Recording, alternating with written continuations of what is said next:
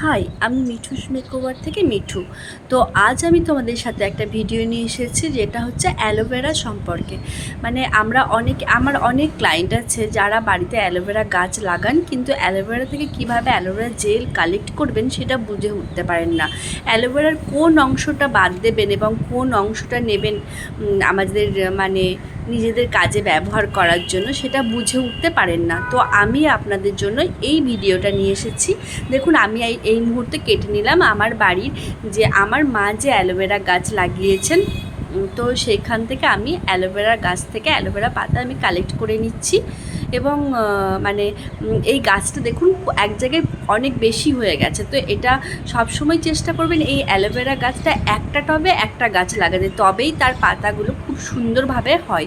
এক্ষেত্রে যেহেতু গাছগুলো সব একসঙ্গে হয়ে গেছে, আমি মাকে সেটাই বলছিলাম যে এই গাছগুলো একটা বালতিতে বা একটা টবে একটা গাছই লাগাতে হবে, তবে গাছটা আরও ভালোভাবে হবে।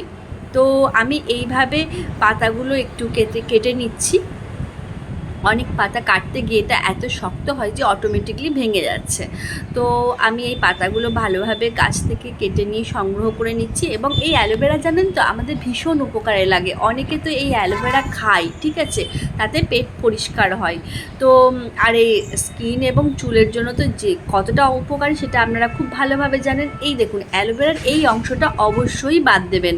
এই যে হলুদ টাইপের যে আঠা বেরাচ্ছে অ্যালোভেরা থেকে, এই আঠাটা অবশ্যই বাদ দিতে হবে।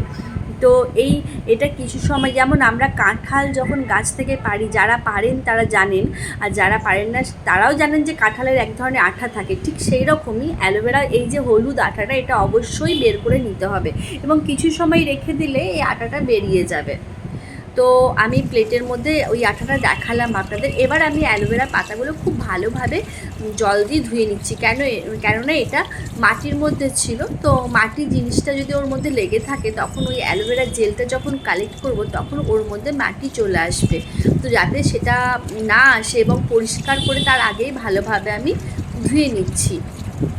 অ্যালোভেরা জেল আমাদের হেয়ারের জন্য ভীষণ উপকারী এবং স্কিনের জন্য ভীষণ উপকারী। আমি এই যে অ্যালোভেরা পাতাগুলো থেকে জেলটা কালেক্ট করেছি এবং সে কীভাবে কালেক্ট করছি এই ভিডিওটাতে শুধু আমি এটাই দেখাচ্ছি।